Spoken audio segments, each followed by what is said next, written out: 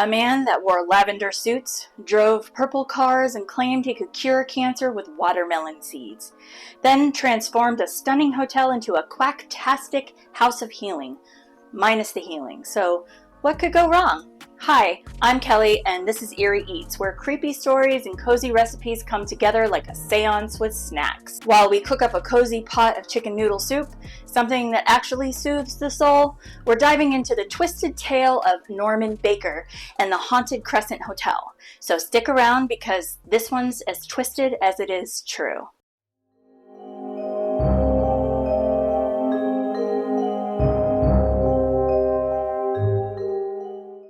So before we get started with the story, let me tell you the ingredients for our chicken noodle soup today. The ingredients are chicken, obviously, onion, celery, carrots, garlic, and you can use whole cloves if you want, salt, pepper, and thyme, chicken stock, and any kind of noodle that you would like. So that's really about it.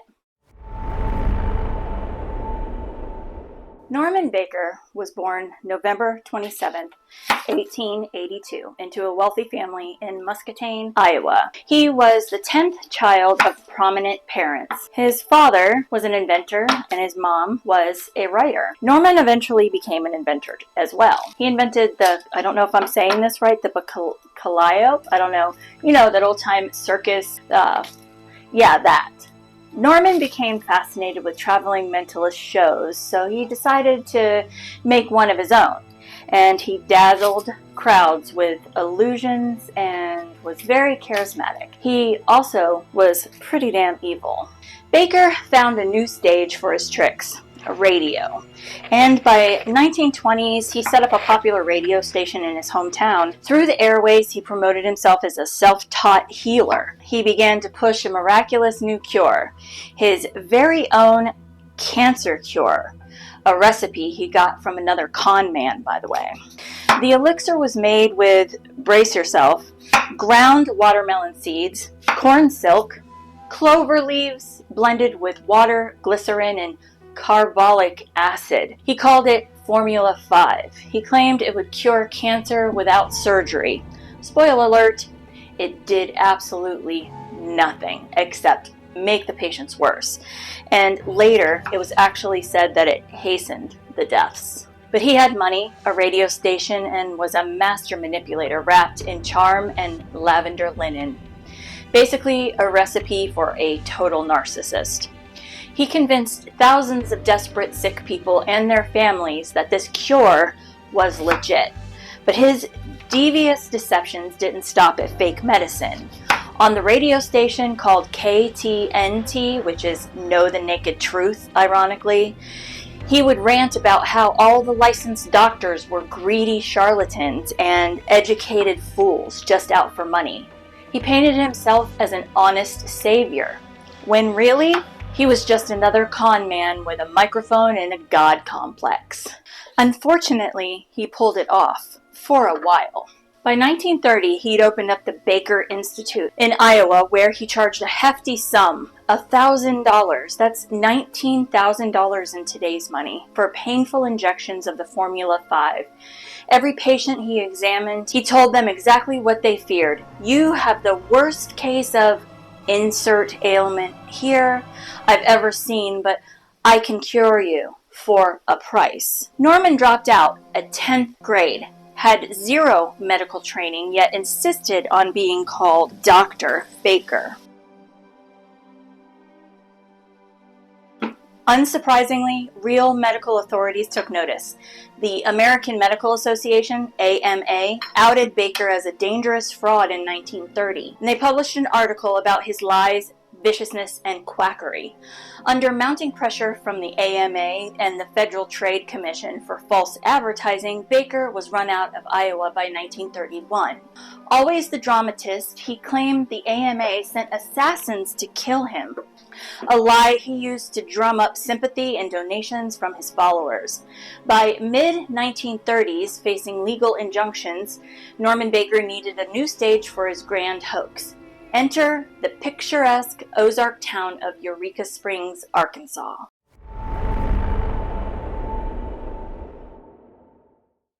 Eureka Springs was a quirky resort town known for its natural springs and magnificent old Victorian hotel that was built in 1886, the Crescent Hotel.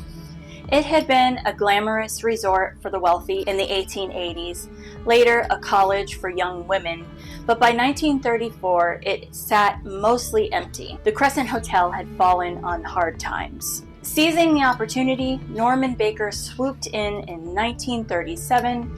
He purchased the Crescent Hotel at a bargain and announced that he was turning it into a Baker hospital, a health resort, castle in the air, where cancer would be vanquished without a single knife cut. Baker arrived in Eureka Springs with his signature flair. He drove a flashy purple car, wore immaculate white suits with lavender ties, and even painted parts of the hotel purple. His favorite color was everywhere. The Grand Mountaintop Spa was now his personal stage. Baker boasted that he alone had the cure for cancer, and people from all over the country, gravely ill and grasping at hope, traveled to Arkansas, to this supposed haven where no suffering and no surgery was promised. Little did they know they were stepping into a house of horrors. Inside the Crescent, Baker made some chilling renovations. He used a quiet, connected building as a personal morgue, out of sight, out of mind, complete with a walk-in cooler for bodies and an autopsy table, all hidden away from the guests. Baker's so-called treatments were as useless as ever. Patients were given regular injections of his Formula 5 directly into their tumors, up to 7 painful shots a day, causing terrible burning pain, but no cure. He also preached positive thinking as a part of the treatment. Being a former hypnotist, he told patients that mind over matter could heal them, and if they weren't getting better, according to Baker, it was their fault for not doing the mental exercises correctly. This was psychological manipulation at its worst. He blamed the victims for the failure of his fake cure. Tragically, many never left the Baker's hospital alive. In the dead of night, nurses would quietly wheel gurneys with the bodies of those who died to the secret morgue. Families were often kept in the dark, literally. Baker sometimes didn't even tell the patient's family when their loved ones had died, so he could keep collecting the money for the treatments. Imagine the cruelty. A family thinks mom is improving at the spa, and she has passed away weeks ago, and Baker's still cashing their checks. How many people died in this so-called hospital? One later investigation found evidence of 44 deaths in Baker's 2-year reign of terror. The actual number is likely much higher. Historians could only find some of the records, since Baker ordered his staff to burn many hospital files when the law finally caught up to him. But who knows how many more went unrecorded. Each of those numbers represents a real person, a father, a mother, a child, who came to this beautiful hotel hoping for a miracle, and instead met a gruesome end. Even though it was obvious that Baker had no real medical training and his treatments were questionable at best, it was very difficult at the time to legally prove that his so-called cures directly caused harm or death to the individual patients under the laws. The federal government could only charge him with mail fraud, essentially fraudulently soliciting patients through the mail with those glossy brochures. In 1940, Baker was finally arrested and convicted. He got sentenced to 3 to 4 years in Leavenworth Federal Prison for defrauding people of millions. When agents raided the hotel, Baker's charade collapsed. He had his employees smash or hide as much evidence as possible, including all those bottles of cures and preserved body parts he had. In fact, a legend arose that crates of Baker's medical specimens and serum bottles were dumped somewhere on the hotel grounds. The Crescent Hotel was left with a terrible legacy from those years, a legacy literally buried in its backyard. So fast forward to February in 2019, during landscaping work, employees accidentally unearthed a hidden dump site behind the hotel. What did they find? hundreds of glass bottles and jars filled with strange liquids and human remains, Baker's long-lost cache of cancer cure bottles, and even tissue specimens from his patients. They even found what was to be believed as Baker's bone saw buried there. This grisly discovery decades later confirmed just how real the horror had been. Today, many of those bottles are displayed as morbid artifacts on the Crescent's ghost tours, a chilling reminder of the lives lost. With Baker behind bars, the Crescent Hotel was freed from its grip, but the damage was already done. The hotel stood again as a regular hotel, and by mid-1940s, those dark memories lingered, and some say the spirits of Baker's victims linger too.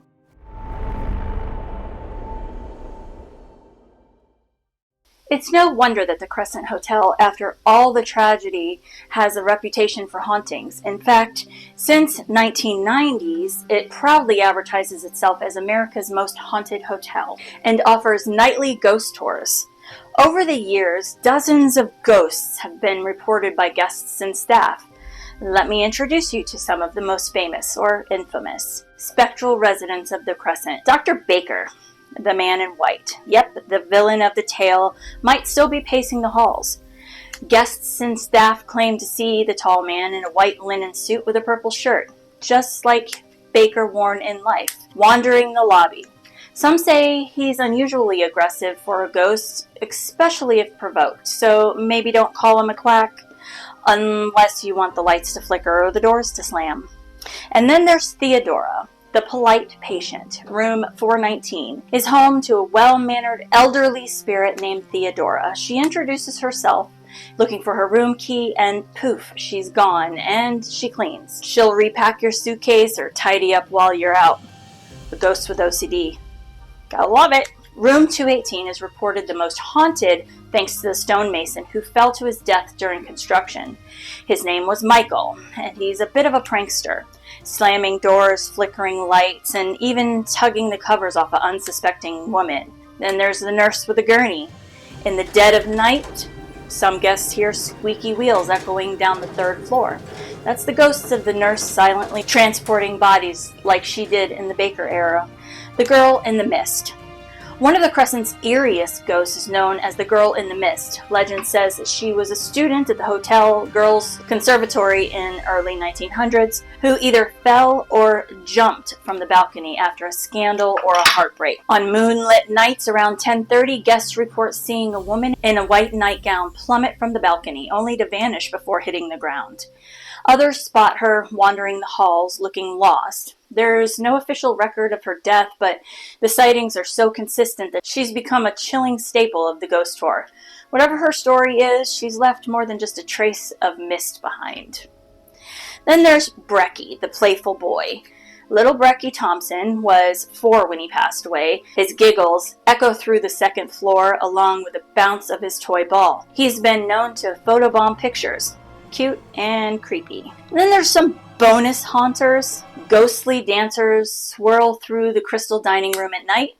A Victorian man waits for a woman he once saw, still whispering about her by the window. A ghost cat named Morris rubs against guests' legs in the lobby. He's been dead since the 70s, but still wants scratches. And don't forget the whiff of cherry tobacco in room 212. That's Dr. Ellis's. He was the early house physician in the 1900s, still making his rounds.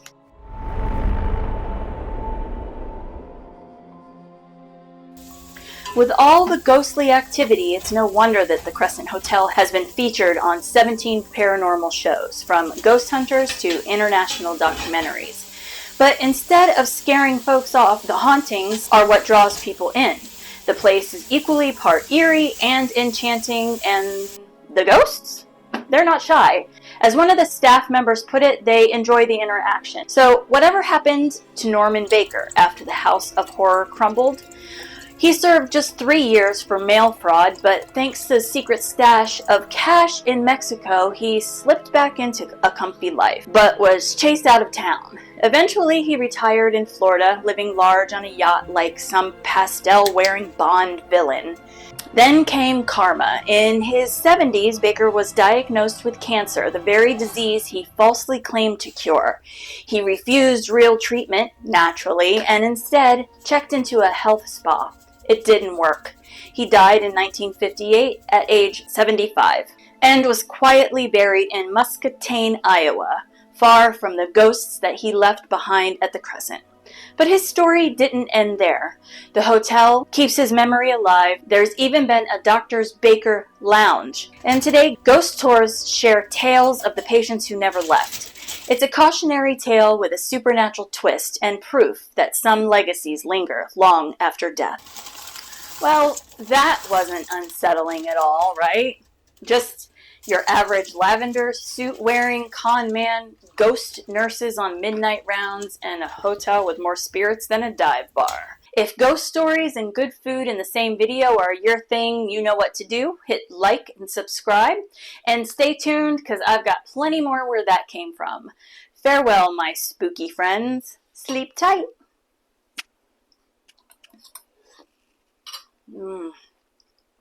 I dropped a carrot. Oh, so good.